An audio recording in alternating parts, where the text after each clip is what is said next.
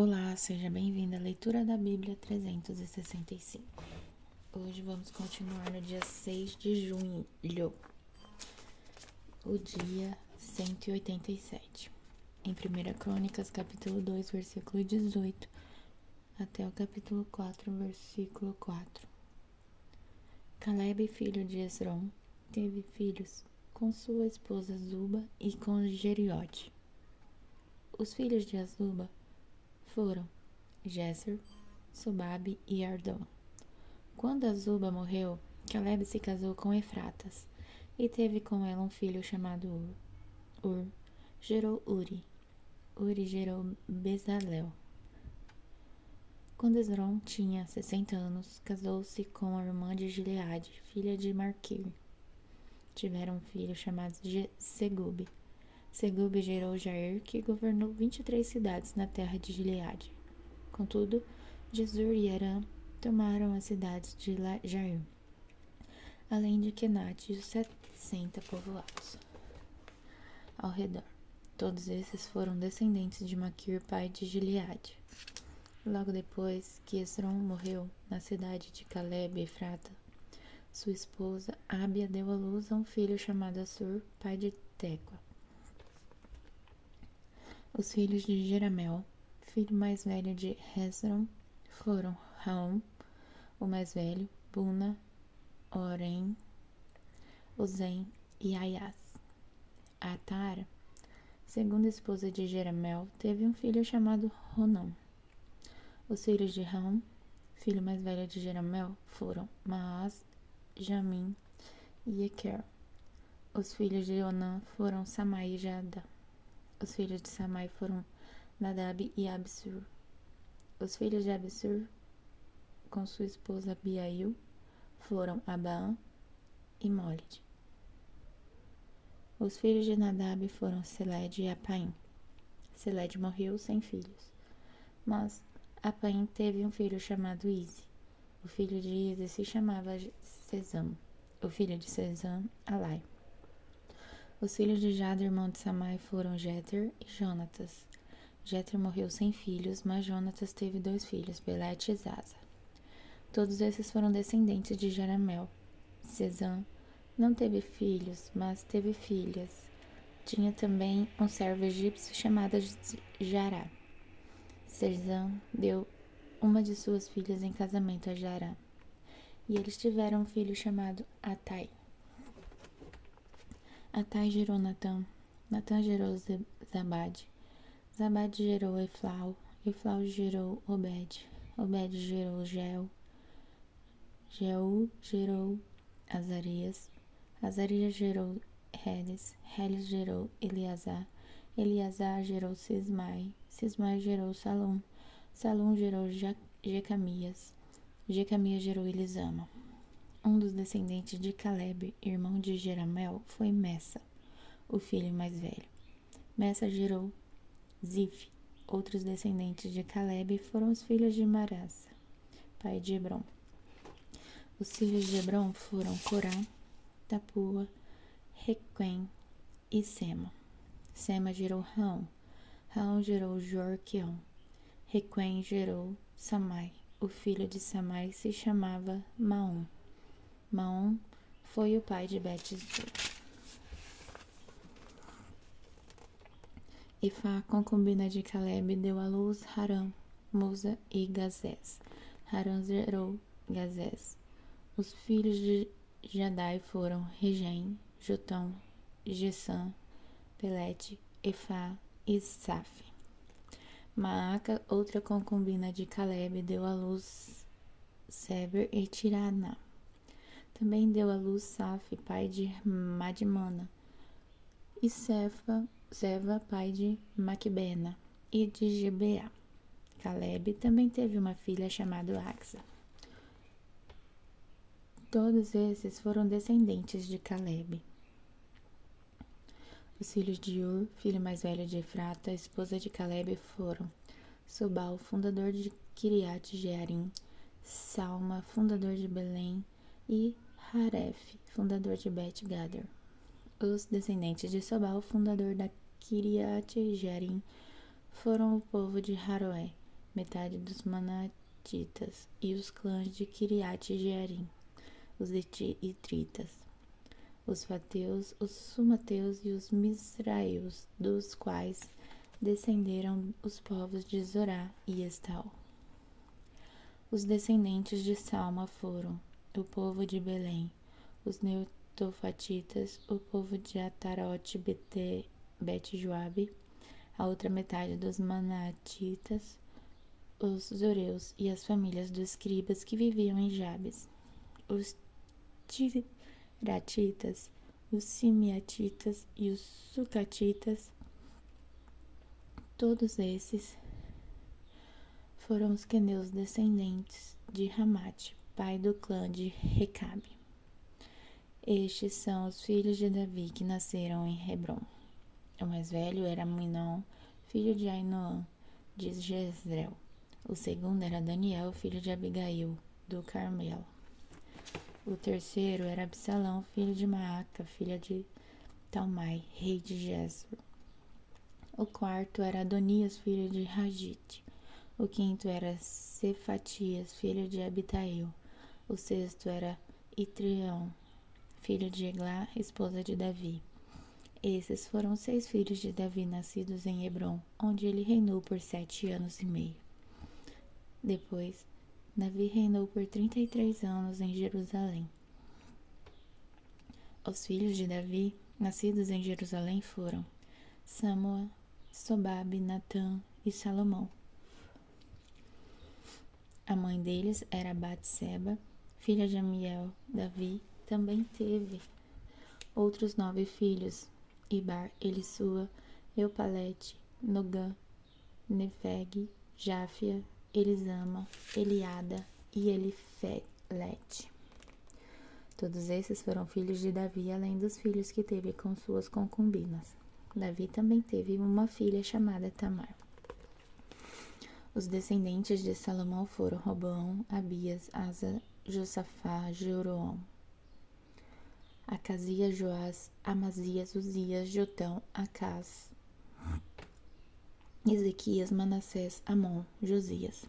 Os filhos de Josias foram o mais velho, Joanã, o segundo Joaquim, o terceiro Zedequias e o quarto Jeoacás.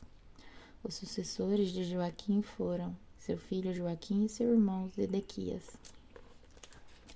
Os filhos de Joaquim, exilados pelos babilônios, foram Seatinel, Malquirão, Pedaias, Senazar, Jecamias, Osama e Nedabias. Os filhos de Pedaias foram Zorobabel e Simei. Os filhos de Zorobabel foram Messulão e Hananias. A irmã dele se chamava Selomite. Seus outros 5 filhos foram Hassubá, Oel, Berequias, Hassadias e Jussabe Resed. Os filhos de Hananias foram Pelatias e Jesaías. O filho de Jesaías foi Refaías. O filho de Refaías foi Arnão. O filho de Arnão foi Obadias. O filho de Obadias foi Secanias.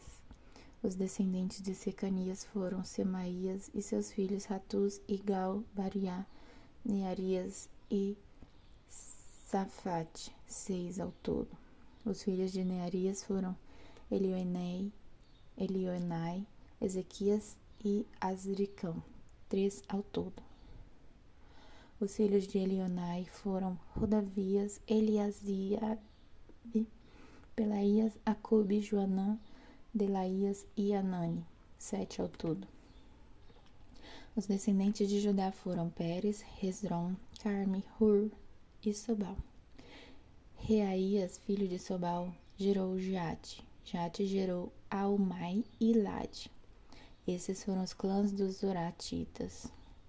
Os descendentes de Etã foram Jezreel, Isma e Idibás, sua irmã Hazelelpone, Penuel, pai de Gedor, e Ezer, pai de Russá. Todos esses foram descendentes de Ur, o filho mais velho de Efrata, antepassado de Belém. E agora em Atos capítulo 24, versículo de 1 a 27.